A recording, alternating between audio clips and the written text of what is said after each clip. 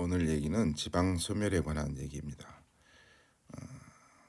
오늘 동영상은 지방 소멸보다는 지역 활력 회복이라고 하는 큰 주제하에 마련된 첫 번째 시간으로서 지방 소멸과 관련돼 있는 몇 가지 개념들을 살펴보고 지방 소멸보다는 지역 활력 회복이라고 하는 조금 더 긍정적인 용어를 사용해야 할 때만 우리가 지역의 활력을 회복하고 지역 경제를 활성화하고 또 우리 사회의 가장 큰 문제라고 할 수 있는 수도권 일극 체제 문제를 해결할 수 있다. 이런 차원에서 마련된 강의라고 생각하시면 좋겠습니다. 그래서 우리가 지방 소멸을 방지하기 위해서 중앙정부뿐만 아니고 지방정부 차원에서도 다양한 정책들을 내놓고 시행하고 있지만 그게 기대했던 만큼의 효과를 거두지 못하고 오히려 시간이 지날수록 수도권과 지방 간의 격차는 더 커지고 있다는 것을 여러분들도 몸소 느끼고 계실 겁니다. 그래서 이제 그런 문제들을 조금 더 몇 가지 주제를 정해서 살펴보기 위해서 오늘은 지방소멸이라는 용어가 굉장히 어떤 의미에서 보면 부정적인 의미들을 가지고 있기 때문에 지방소멸보다는 지역 활력 회복이라고 하는, 그래서 지역의 활력을 회복하자라고 하는 어떤 긍정적인 차원에서 이 지역 활력 회복이라는 용어를 더 적극적으로 쓰고 그럴 때만 우리 지역 차원에서 지역 주도적으로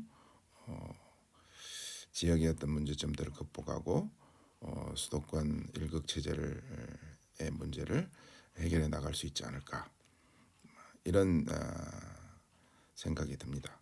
그래서 오늘 이 시간에는 지방소멸 또 그리고 2000년대 초반부터 지역균형 발전이 강조되고 있는데 지역균형 발전이라고 하는 개념, 그 다음에 이제 우리가 오늘 주장하고 있는 지역 활력 회복이라고 하는 개념을 중심으로 그 개념이 가지고 있는 장점 또 한계, 이런 얘기들을 해보려고 합니다.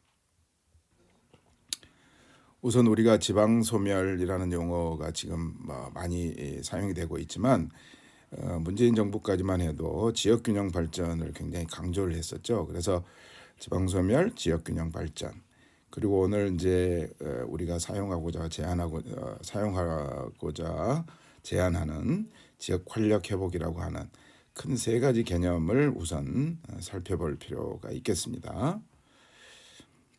우선 개념을 살펴보기 전에 우리가 2019년도에 수도권 인구가 이제 절반이 수도권에서 살게 된다, 이래가지고 지방 소멸에 대한 얘기들이 어떤 의미에서 보면 본격적으로 나오게 됐고, 그 이후에 이제 지방 소멸과 관련해서 정부가 지방 소멸 대응 기금을 만든다고 했었고, 그래서 여러 가지 정책들을 만들고 또 지방자치단체마다 여러 가지 정책을 통해서 청년 유입 정책 등등 해서 이런 정책들을 내놓고 하는 게 이제 2019년도 우리가 이렇게 수도권 인구가 50%를 넘어서는 이런 상황에서 얘기들을 많이 하게 됐고, 그런데 사실 따지고 보면 2019년 이전인 2018년도에 이미 일자리의 비중으로 보면 이미 수도권, 서울과 경기도가 되겠죠. 수도권의 일자리가 절반을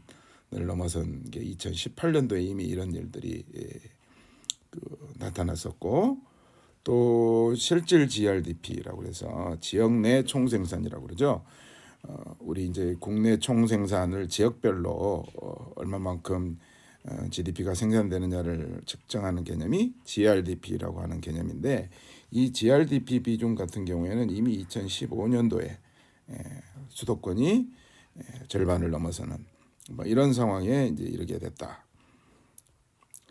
그 다음에 우리가 지방소멸과 관련해서 항상 같이 얘기하는 게 이제 청년들이 지역을 떠난다.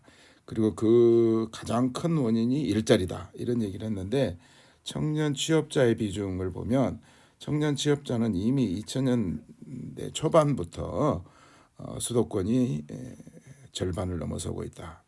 그래서 우리가 인구가 수도권의 절반 이상이 산다라고 하는 것 때문에 굉장히 이 지방 소멸을 걱정하고 그 대책은 무엇이냐에 대한 얘기들을 많이 해왔는데, 사실은 훨씬 더 전부터, 그러니까 2000년 초반부터 이런 현상들이 발생했고, 또 그것이 완화되지 않고, 수도권과 지방의 격차가 완화되지 않고 더 격차가 커져 왔다는 것을 알 수가 있겠죠.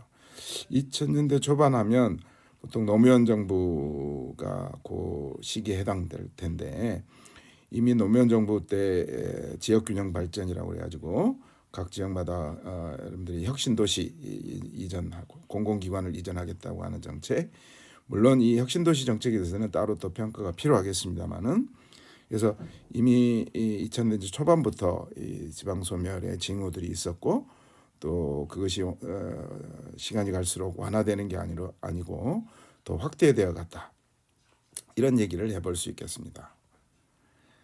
그래서 지방 소멸과 지역 균형 발전, 그동안에 이제 지방의 어떤 발전을 위한 대책들이 뭐 이런 두 가지 개념이 있다면, 이 시간에는 지역 활력 회복이라고 하는 것이 기존의 지방 소멸이라든지 지방 균형 발전에 비해서 어떤 장점을 가지고 있는지, 또한 한계는 무엇인지, 이런 얘기들을 간단하게 살펴보겠습니다.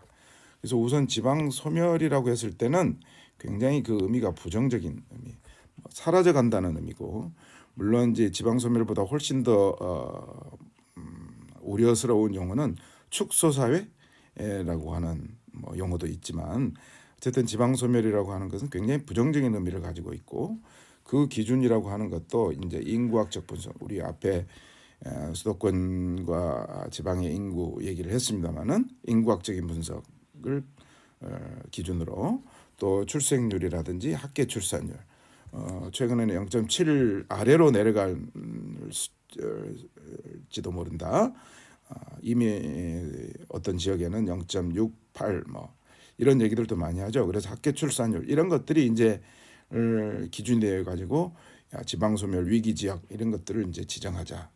그리고 거기에 대해서 정부의 정책이라고 하는 것이 이 지방 소멸 대응 기금 같은 것을 만들어서 이런 인구가 소멸 위기에 있는 이런 지역에 이제 연간 총액으로 따지면 약 한 1조 원 정도 되는데, 이 기금을 이제 지방이 사용할 수 있도록 하자.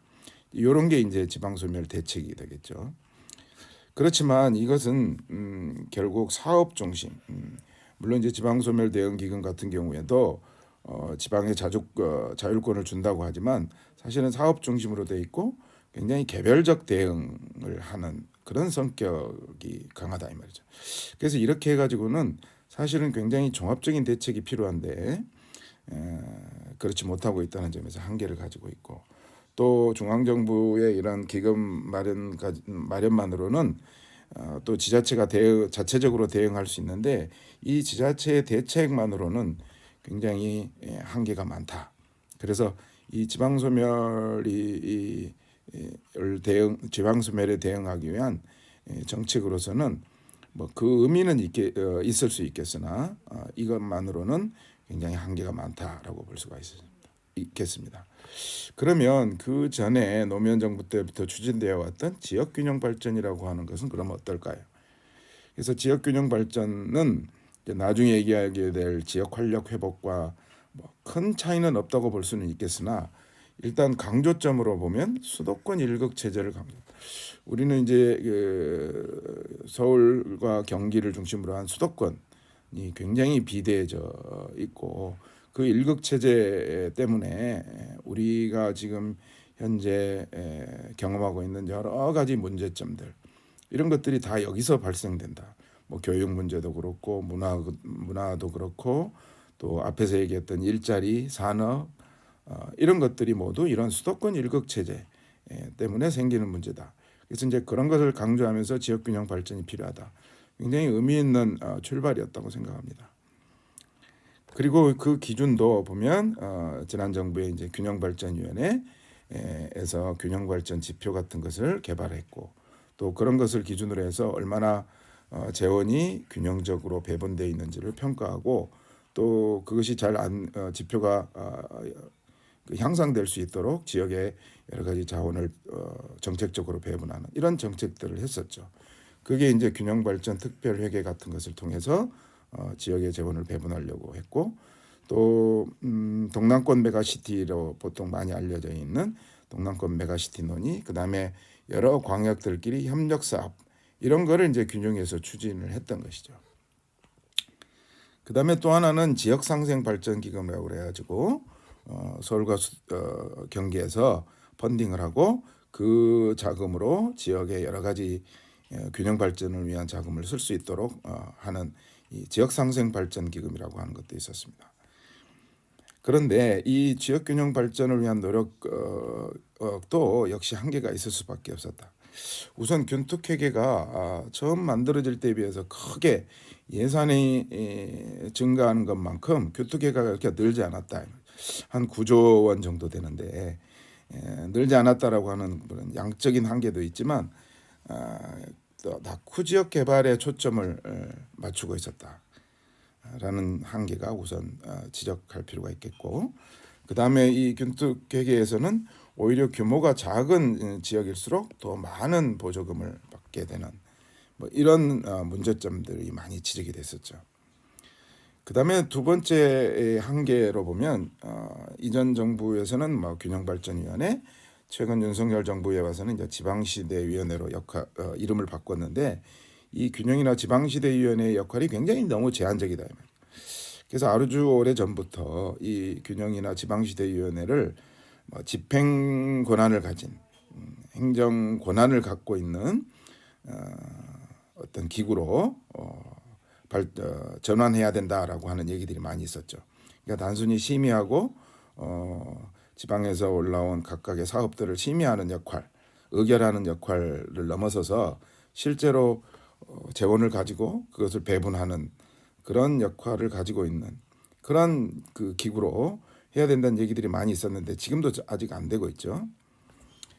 그 다음에 이제 메가시티에 대한 인식 이런 것들이 여전히 우리가 이제 우리들의 인식 속에는 수도권 중심의 이런 사고들이 굉장히 커서 그런지 이런 인식 부족이나 메가시티가 이제 무산된 과정에서 보면 지역 차원에서의 합의 도출 이런 것도 굉장히 어려움이 많은 이런 뭐 문제점이라고 그럴까요? 이런 것들이 있었고, 그 다음에 이제 지역 상생 발전 기금 같은 경우 아까 말씀을 드렸습니다만은 이게 이제 지자체 자주 재원으로 사용할 수 있는 그 긍정적인 면은 있으나 이 상생 발전 기금을 어디에 사용했는지 지자체의 어떤 재정에 통합해서 쓰는데 이게 어디에 쓰여져 있는지 지역 균형 발전에 제대로 쓰고 있는지 이런 거를 지자체가 보고할 의무 이런 것들이 없기 때문에 투명성이라든지 실제로 그것의 효과라든지 이런 것들을 잘 알 수가 없었다.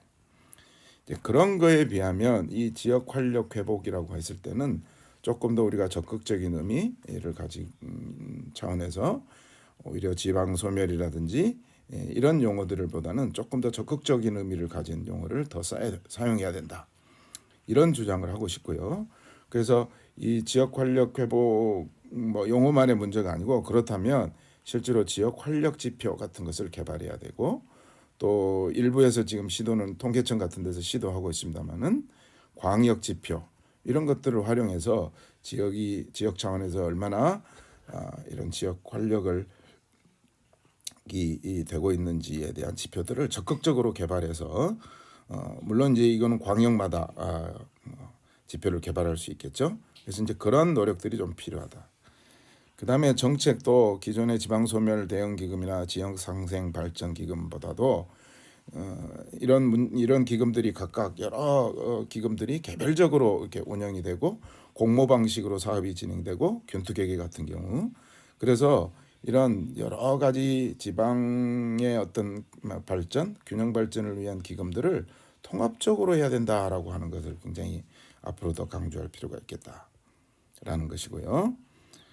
물론 이제 이런 그 지역 활력 회복이 가지고 있는 어떤 긍정성, 또 앞으로 이런 지표라든지 정책에 있어서의 우리가 염두에 둬야 될 점들을 얘기를 했지만, 여전히 이 지역 활력 회복이라고 하더라도 우리가 이런 것들이 제대로 되려면 개발주의 시각을 벗어나야 되는데 여전히 우리의 지역 정책이나 지역과 관련된 여러 가지 정부의 지원책 또 지자체의 어떤 지자체의 정책들을 보면 이런 개발주의 시각을 탈피하는데 여전히 한계가 있다. 그러니까 달리 말하면 개발주의 시각에 머물러 있는 경우 예를 들면 건설 사업이라든지 도로, 인프라 같은데 지역 정책이 많이 이렇게 집중되어 있는 것을 보면 알 수가 있겠죠.